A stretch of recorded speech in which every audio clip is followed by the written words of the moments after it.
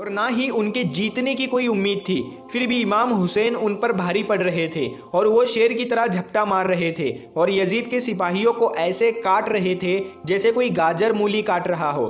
یزیدی سپاہی اپنی جان بچانے کی پناہ مانگ رہے تھے۔ ان میں سے کسی کی اتنی ہمت نہیں ہوئی کہ وہ آگے بڑھ کر علی کے لال پر حملہ کر دے۔ دوستو، تاریخ میں یہ بات لکھی گئی کہ آج سے پہلے ایسی جنگ نہ تو دیکھی گئی جس میں ایک طرف ہزاروں کی فوج ہو اور ایک طرف 3 دن کے بھوکے اور پیاسے حسین ابن علی ہو اور انہوں نے ہزاروں کی فوج کے پسینے چھڑا دیے ہو۔ دوستو، اس کے بعد لاشیں فضا میں اڑنے لگی، لوگ مرتے رہے، علی کا شیر اور علی کی تلوار گھوڑے پر سوار ہے۔ بڑے سرما دور کھڑے رہ کر اپنی جان بچا کر بھاگنے والوں کا تماشا دیکھ رہے تھے۔ یزید کی فوج بھاگتے بھاگتے کوفہ تک چلی گئی۔ یہ دیکھ کر عمر بن سعد کہتا ہے کہ سمر، تو خاموش کیوں ہے؟ تو میدان میں کیوں نہیں جاتا؟ تو سمر کہتا ہے کہ اگر میں میدان میں گیا تو میں بھی مارا جاؤں گا۔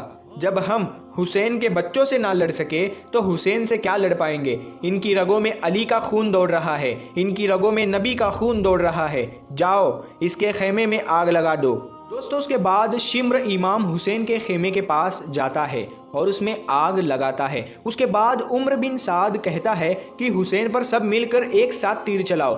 دوستو، اس کے بعد ہزاروں کی فوج نے ایک ساتھ تیر چلانا شروع کر دیا۔ دوسری طرف امام حسین کے خیمے جلنے لگے۔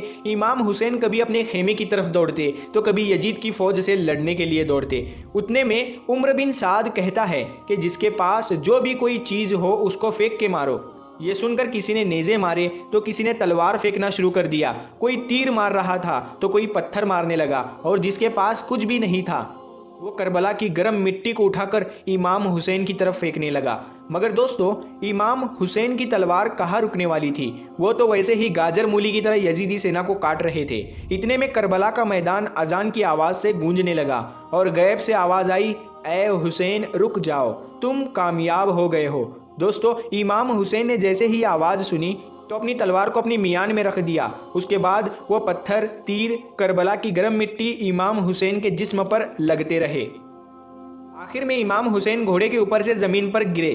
امام حسین کے جسم پر اتنے تیر تھے کہ رسول اللہ کا پیارا نواسا نہ زمین پر تھے نہ جین پر، بس وہ تو تیروں کے آسمان پر تھے۔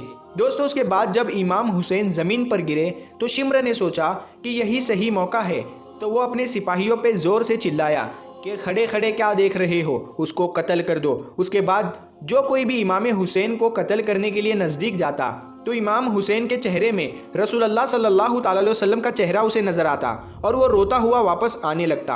اتنے میں سمر کہتا ہے کہ یہ کام تم سے نہیں ہوگا، لاؤ مجھے خنجر دو۔ جب شمر حسین کے پاس جاتا ہے تو حسین کا سر سجدے کی حالت میں ہوتا ہے اور اس نے آ کر امام حسین کی گردن پر خنجر رکھ دیا اور کاٹنے ہی والا تھا کہ اتنے میں عمر بن سعد کہتا ہے، حسین کا سر قلم کر دو تاکہ یہ خوشخبری ہم یزید تک پہنچائے اور ہمیں انعام میں سونا اور چاندی ملے۔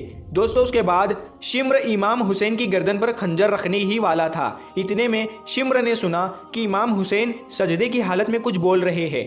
شمر نے سوچا کہ حسین شاید پچھتا رہے ہیں۔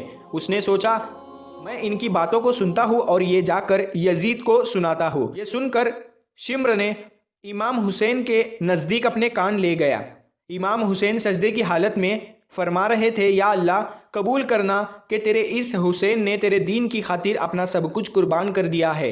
اے اللہ گواہ رہنا، تیرے اس نبی کے نواسے نے تیرے اس دین کی خاطر اپنا سب کچھ لٹا دیا ہے۔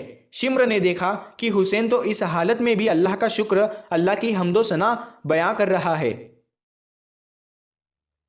اتنے میں امام حسین نے اپنی آنکھیں کھولی تو دیکھا کہ شمر ہاتھوں میں خنجر لیے ہوئے کھڑا ہے۔ تو یہ دیکھ کر امام حسین فرمانے لگے، اے بدبخت، تجھے پتا نہیں کہ میں کون ہوں؟ شمر نے کہا، مجھے پتا ہے، تو رسول کا نواسا ہے، علی کا بیٹا ہے، فاطمہ کا بیٹا ہے۔ تو پھر حسین نے کہا، پھر تجھ کو یہ معلوم بھی ہے اور پھر بھی تو مجھ کو قتل کر رہا ہے؟ تو شمر نے کہا، تمہیں قتل کرنے کے بعد ہمیں دولت ملے گی، حکومت ملے گی۔ امام حسین نے کہا کہ میں جنت کا سردار ہوں، تمہیں جنت کی فکر نہیں ہے؟ تو یہ سن کر شمر ہنستا ہوا حسین کی گردن پر خنجر چلا دیتا ہے اور اس طرح سے رسول کے پیارے نواسے کا تن سے جدا سر ہو جاتا ہے۔ بس حسین کا سر کٹنا تھا۔ یزید کی فوج میں خوشی کا ماحول چھا گیا۔ عمر بن سعد نے کہا کہ جاؤ اہل بیت کے خیموں کی طرف اور لوٹ لو ان کے خیموں کو۔ دوستو اس کے بعد یزید کی فوج امام حسین کے خیموں کی طرف دوڑتی ہے اور ادھر بیویوں نے ماتم کرنا شروع کر دیا۔ یزید کی فوج نے ایک ایک کر کے ہر چیز کو لوٹنا شروع کر دیا۔ اس کے بعد عمر بن سعد نے کہا گھوڑوں کو تیار کرو اور لاشوں پر دوڑاؤ، اور ساری لاشیں پامال ہو رہی تھی۔